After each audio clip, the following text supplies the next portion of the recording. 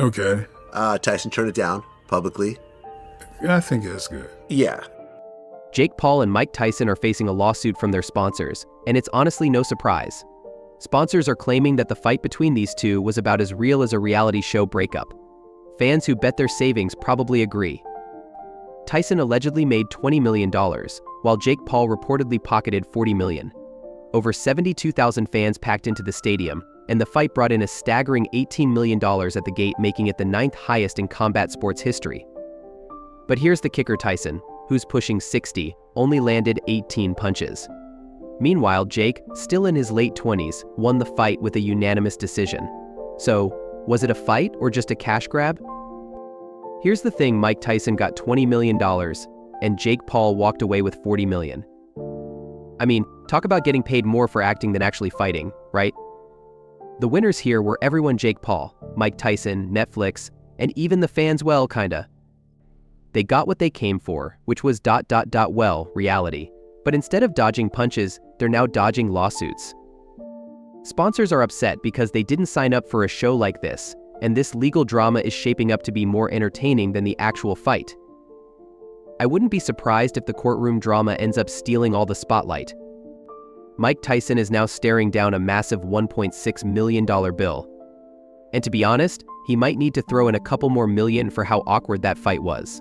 Poor Metter, the company behind the promotional deal, is dragging him to court because Tyson ditched their agreement faster than he gave up on landing a punch. It wasn't just any deal either. It was supposed to be a partnership that would have made Metter's pockets jingle.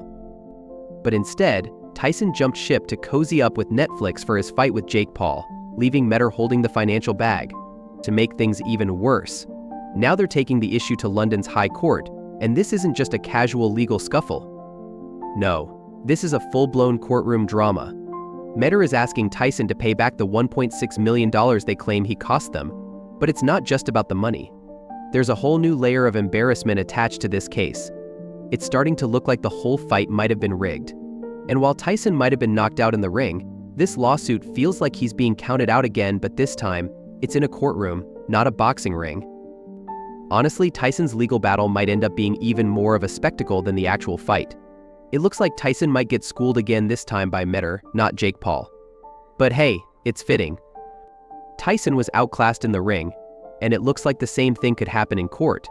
November 15th, 2024, at T Stadium in Texas. It was supposed to be the event. Fans were hyped, the stadium was packed with 70,000 people, and millions more tuned in on Netflix, expecting to witness a legendary showdown. The anticipation was off the charts. But what did we get instead? A spectacle that felt more like a senior fitness class than a high-stakes boxing match. Jake Paul, the 28-year-old former YouTuber who's worked hard to get better at boxing, did his thing, but honestly, he still wasn't at the level of a seasoned pro. Tyson, on the other hand, at nearly 60, was a shadow of his former self. He threw 97 punches and only landed 18, yes. You read that right, just 18. That's less than a quarter of what he aimed for. If Tyson thought this was his big comeback, someone needs to hand him a new game plan. Maybe he should try a rematch with his trainer, not a YouTube star. Meanwhile, Jake Paul was living his best life, collecting a fat paycheck without breaking a sweat. He won unanimously, which honestly shocked pretty much everyone. Tyson didn't seem to notice Paul in front of him half the time, too busy battling gravity to land any meaningful blows. At one point, I almost expected the referee to stop the fight, hand Tyson a chair, and ask if he needed a glass of water to keep going. As expected, the internet did what it does best: roast the fight. But this time, it wasn't out of excitement, it was out of pure disappointment. Fans who paid premium prices for what they thought was going to be a brutal, high-energy fight were left fuming after what can only be described as a circus show. Twitter exploded, and worst fight ever trended faster than Jake Paul running away from actual professional boxers. Fans weren't just disappointed, they were angry. And when it was revealed that the fight might have been scripted, that's when the conspiracy theories took off. People started claiming that the fight was staged. Now, considering Tyson's sudden exhaustion and Jake's unexpected dominance, it's hard not to think they might have a point. It felt more like a reality TV finale than a professional boxing match. If this was a script, though, they should have made it more interesting: throw in a surprise knockout or a steel chair, anything to make it less predictable. Even hardcore boxing fans jumped on the bandwagon, calling it a disgrace to the sport. They couldn't believe this is what boxing had become, a show where a retired champion and a YouTube prankster were the main event. Some fans even had trouble watching the fight at all, buffering issues, streaming errors, just more reasons for them to vent. The whole thing was a mess, and it wasn't just the fight. The streaming experience was almost as bad as the match itself. If things couldn't get worse, Netflix somehow managed to make it even more complicated.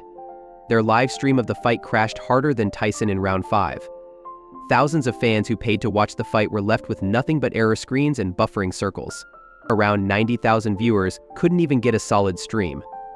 Now, Netflix is facing a class action lawsuit worth $50 million from angry fans who are demanding compensation for their ruined fight night experience. Honestly, Netflix didn't exactly have a smooth live streaming experience, and this lawsuit is turning out to be one of their most expensive technical glitches ever. Legal analysts are calling it Netflix's costliest glitch, and rightfully so. They tried to make a big splash with live sports, but it ended up being more like a bootleg YouTube stream from 2008. It's a bit embarrassing for a company that's known for revolutionizing the way we watch TV. You'd think they would have figured out how to handle live events by now. As if the fight itself wasn't enough of a disaster, now we have lawsuits coming at every angle. Tyson's dealing with the legal fallout from Meta, Netflix is facing lawsuits from fans, and Jake Paul is somehow walking away with more fame, money, and hate than ever. He's basically untouchable right now. While everyone else is tangled in legal drama, Jake's just sitting pretty, collecting his checks and stirring up even more controversy. The boxing community is beyond angry. Legends like Evander Holyfield and Buster Douglas have publicly blasted the event, calling it a disgrace to the sport. Some have even said this could cause irreparable damage to boxing's already fragile reputation. This wasn't a fight, it was a money grab with gloves. The sport that once defined grit and determination now seems like it's just a setup for a payday, and the fans aren't buying it. Jake Paul, who's already the most controversial figure in the boxing world, is only becoming more hated. Fans are accusing him of fighting a washed-up Tyson who's clearly past his prime. Some people even called it a glorified sparring session rather than a legit boxing match. And it's hard to argue. After all, Jake Paul's fans were left speechless by how uneventful the whole thing was. The real shocker came when rumors of a leaked fight script started circulating online. Now, major brands are reportedly rethinking their partnerships with Jake Paul.